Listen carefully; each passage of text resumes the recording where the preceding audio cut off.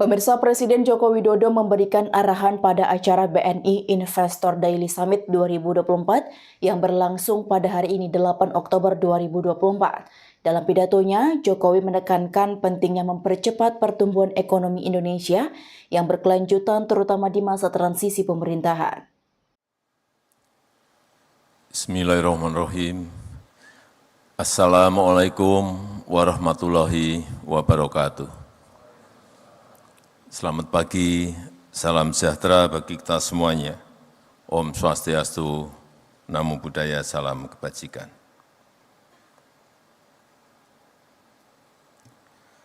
Yang saya hormati Ketua dan Pimpinan Lembaga-Lembaga Tinggi Negara yang hadir, yang saya hormati para Menteri Kabinet Indonesia Maju, Gubernur DKI Jakarta,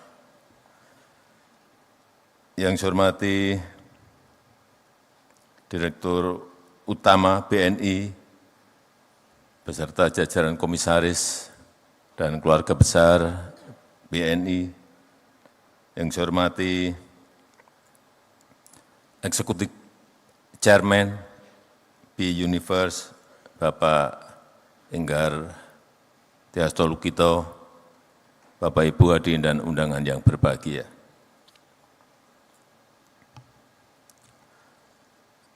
Dua 12 hari lagi transisi kepemimpinan nasional akan terjadi. Tanggal 20 Oktober yang akan datang, Bapak Jenderal TNI Purnawirawan Prabowo Subianto akan dilantik sebagai Presiden Republik Indonesia. Yang saya senang, sejak beliau terpilih sebagai Presiden terpilih,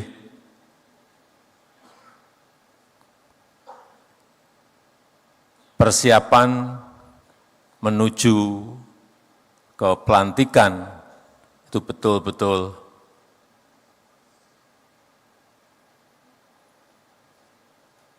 secara rencana kerja, program, dan lain-lain, transisinya berjalan dengan baik. Hampir di setiap rapat paripurna, rapat terbatas apapun topiknya, Pak Prabowo selalu hadir. Kalau sebelumnya hanya untuk urusan pertahanan, tapi setelah menjadi presiden terpilih, di semua rapat terbatas, rapat paripurna selalu hadir, sehingga rencana-rencana untuk program unggulan yang akan dilaksanakan oleh Presiden Prabowo itu betul-betul disiapkan dengan baik dengan menteri-menteri yang sekarang. Sebagai contoh, untuk RAPBN 2025, saya enggak tahu berapa kali pertemuan Pak Prabowo dengan Menteri Keuangan Ibu Sri Mulyani. Hampir setiap minggu, hampir setiap hari bertemu untuk mempersiapkan itu. Artinya apa? Seperti tadi yang disampaikan Pak Enggar, transisi kepemimpinan ini akan berjalan dengan lancar, insya Allah mulus, sehingga setelah dilantik, Presiden dan seluruh kabinet langsung bisa bekerja dengan cepat melaksanakan program-program yang ada, tanpa ada jeda. Saya 2014 butuh waktu 1 sampai 1,5 tahun untuk mengkonsolidasi. Artinya 1 sampai 1,5 tahun waktu kita hilang. Karena itu saya sangat senang sekali proses transisi kepemerintahan ini kita harapkan yang tinggal 12 hari berjalan dengan baik dan berjalan dengan mulus. Karena transisi kepemerintahan yang berjalan dengan baik dan mulus itu penting untuk menjaga optimisme kita semuanya. Untuk menjaga stabilitas, baik itu politik maupun ekonomi. Tapi meskipun sekarang ini, kalau cerita mengenai optimisme itu, nggak ada yang tepuk tangan. Tapi, kalau yang disampaikan itu mengenai pesimisme, tepuk tangannya banyak banget. Panggung kita memang masih seperti itu. Begitu kita berbicara optimisme, enggak ada yang tepuk tangan. Tetapi kalau kita menyampaikan pesimisme, negativisme, tepuk tangannya kencang banget. Dan baru laku sekarang ini.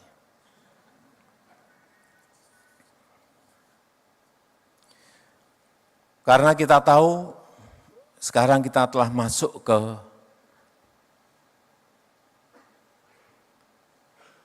abad Asia.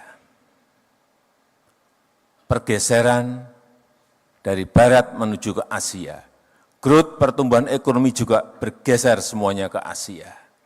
Dan diprediksi, diperkirakan di Asia nanti akan ada 3 kekuatan ekonomi baru. Superpower ekonomi, 3 negara yang diperkirakan.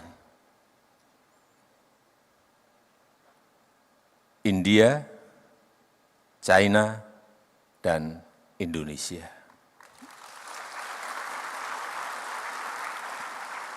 Sekali lagi, ketiganya ada di Asia. Tapi hati-hati untuk menuju ke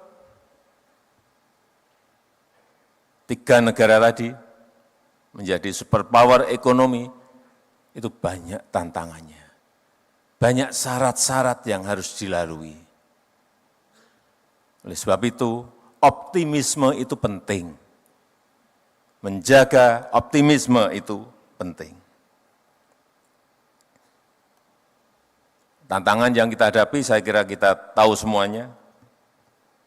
Perlambatan ekonomi global, yang diperkirakan masih di angka-angka 2,7, 2,8% rata-rata. Dan patut kita syukuri, Indonesia masih tumbuh di atas 5% growth-nya. Juga peningkatan tensi geopolitik. Perang Ukraina belum selesai, masuk perang Israel, Palestina, tambah lagi Israel, Lebanon, tambah lagi Iran dengan Israel, ketidakpastian ekonomi dunia semakin tidak jelas. Itulah yang tadi saya sampaikan, optimisme itu penting. Jangan kita terjebak pada rasa pesimisme karena ketidakpastian global, karena geopolitik, dan lain-lainnya. Juga dampak perubahan iklim. Ini yang kita hadapi ke depan. Perlu semuanya mengantisipasi dan menyiapkan untuk ini. Dan di dalam negeri kita, urusan yang berkaitan dengan produktivitas. Bagaimana menaikkan produktivitas. ICOR kita, semuanya menjadi PR besar bagi pemerintahan yang akan datang. Tetapi di sisi lain, kita memiliki modal besar. Memiliki modal besar. Pertumbuhan ekonomi yang tetap terjaga di atas 5%. Kuartal kedua 2024 kita masih tumbuh 5,08%. Inflasi yang terus bisa kita kendalikan di angka 2-3%, ini juga merupakan modal yang sangat baik. Keyakinan konsumen, saya tadi pagi mendapatkan angka tetap di level optimis di 124,4. Kemudian juga spending index kita trennya meningkat. Kalau kita lihat di kuartal ketiga 2024 di 234,8, di kuartal ketiga 2023 145,8. Artinya secara year on year naik sangat tinggi sekali. Dan saat ini GDP per kapita kita sudah mencapai 5.060.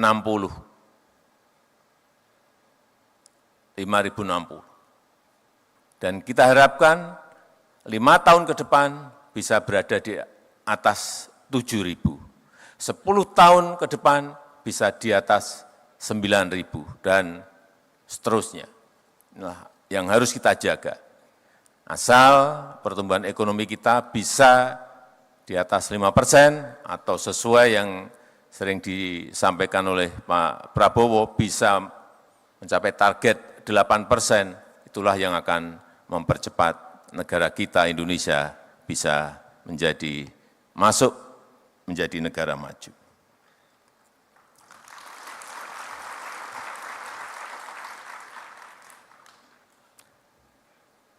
Menurut saya, ini bolak-balik saya sampaikan, yang pertama, hilirisasi itu menjadi sangat penting.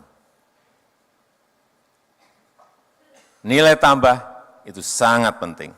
Tetapi yang kedua juga digitalisasi juga menjadi hal yang sangat penting. Satu, hilirisasi, yang kedua digitalisasi. Digitalisasi yang namanya data center itu menjadi wajib segera kita miliki. Yang kedua, data analitik yang akan bisa kita menganalisa angka-angka dan lain-lain secara cepat. Juga yang berkaitan dengan digital infrastructure. Infrastruktur digital ini sangat penting sekali. Dan yang berkaitan dengan digital payment system. Ini namanya perbankan, saya kira sudah masuk ke sana semuanya. Saya ingin cerita lagi mengenai hilirisasi. Nikel saya sudah sering berbicara. Tapi perkembangan sampai saat ini saya senang karena dari nikel ore ke nikel pig iron, kemudian masuk ke nikel matte dan stainless steel itu sudah kejadian. Jadi sendok, panci, pipa, dan lain-lain. Kemudian yang nikel ore ke HPAL, kemudian menuju ke prekursor, cathode, dan sel baterai, itu juga sudah kejadian. Artinya barang-barang ini sudah diproduksi oleh industri-industri kita. Akibat dari kebijakan hilirisasi yang kita lakukan. Lompatannya kelihatan sekali. Dari yang 1,4 sampai 2 billion US dollar sebelum nikel di stop, kemudian melompat menjadi 34,8 billion US dollar, itu ada sebuah lompatan yang sangat besar sekali. Masuk, kemudian nikel sudah masuk ke koper, ke tembaga. Baru 2 minggu yang lalu kita resmikan sebuah smelter yang sangat besar yang dimiliki oleh PT Aman di Sumbawa yang bisa memproduksi kira-kira 900.000 ton konsentrat tembaga. Setelah itu juga dibuka lagi smelter milik PT Freeport Indonesia yang bisa memproduksi 3 juta konsentrat tembaga. Saya kadang-kadang membayangkan 3 juta konsentrat tembaga. Sangat gede sekali. Investasinya 56 triliun, yang tadi yang PT Aman 21 triliun rupiah. Semuanya sudah jadi barang ini. Tinggal nanti masuk lagi ke industri turunan bisa menjadi copper foil, bisa menjadi kabel dan lain-lainnya. Itu babak kedua.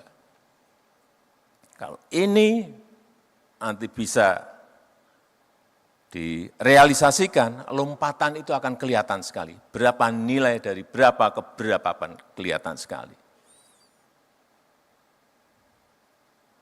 Dan juga boksit, yang juga 2 minggu yang lalu kita buka miliknya MinID, BUMN kita di Mempawah, Kalimantan Barat. Satu-satu apa yang telah kita kerjakan itu selesai dan harus ditindaklanjuti oleh industri turunannya. Sehingga nanti sekali lagi nilai tambah itu akan kita dapatkan.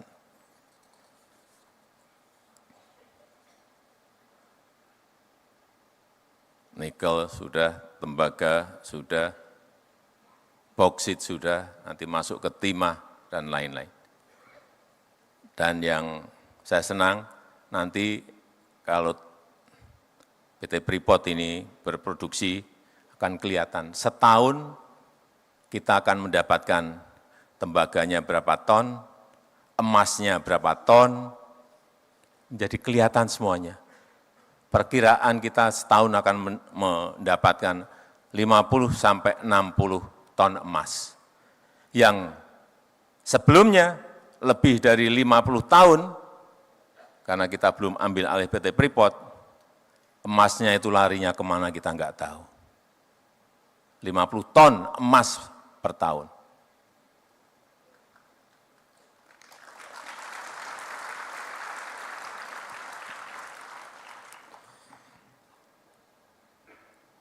Karena penduduk kita sangat besar, menurut saya hilirisasi yang berbau padat karya ini harus didorong. Baik yang berkaitan dengan pertanian, kelautan, pangan, semuanya harus didorong agar nilai tambah itu terjadi. Kopi jangan diekspor mentahan, raw material. Kakao jangan diekspor, raw material. Lada jangan diekspor raw material. Nilam jangan diekspor raw material. Kita punya kebun kopi itu 1,2 juta hektar. Kakao 1,4 juta hektar. Lada 172.000 hektar. Nilam masih sedikit 12.000 hektar. Tapi kalau ini dikembangkan, diremajakan, diperluas lagi, dan industrinya ada, baik itu untuk makanan, untuk kosmetik, untuk minuman, dan lain-lainnya, nilai tambah itu akan terjadi dan memang harus dipaksakan. Jangan dibiarkan alami, tapi dipaksa. Berhenti ya, harus berhenti dengan segala risikonya. Dan yang paling besar, kekuatan kita nanti ke depan adalah di rumput laut, seaweed. Karena kita memiliki pantai pesisir sepanjang 80.000 lebih kilometer. Dan yang hidup di situ adalah rakyat kita, nelayan kita, yang memang harus di-empowering, harus diberdayakan. Kalau kita bisa masuk ke sini dengan rencana taktis yang baik, dengan strategi taktis yang baik, karena ini rumput laut bisa menjadi pupuk organik, bisa menjadi kosmetik, bisa menjadi makanan, dan terakhir bisa menjadi bioaftur. Ini akan memberikan dampak kepada rakyat sangat besar dan menaikkan nilai tambah kita, sehingga betul-betul nilai angka-angka yang ingin kita capai seperti tadi yang disampaikan, betul-betul akan bisa kita peroleh. Dan negara kita Indonesia harus berani menempuh jalan kita sendiri. Kita harus berani menempuh jalan kita sendiri. Jangan mengikuti tren dunia yang kadang-kadang menggeret kita masuk ke kompetisi yang kita sulit karena kita punya core kompetensi sendiri. Kekuatan kita sendiri apa? Kalau kita fokus, komplit dengan rencana taktis, komplit dengan strategi taktis kita, saya meyakini tadi yang di depan saya sampaikan, abad Asia dan kita menjadi superpower itu betul-betul bisa kejadian. Saya rasa itu yang ingin saya sampaikan dan dengan mengucap Bismillahirrahmanirrahim pada pagi hari ini secara resmi saya buka BNI Investor Daily Summit 2024. Terima kasih. Wassalamualaikum warahmatullahi wabarakatuh. Ikuti terus berita menarik dan terupdate lainnya dengan cara like dan share seluruh akun BI TV. Saya Kiki Anggriani, pamit undur diri dari hadapan Anda. Terima kasih, sampai jumpa.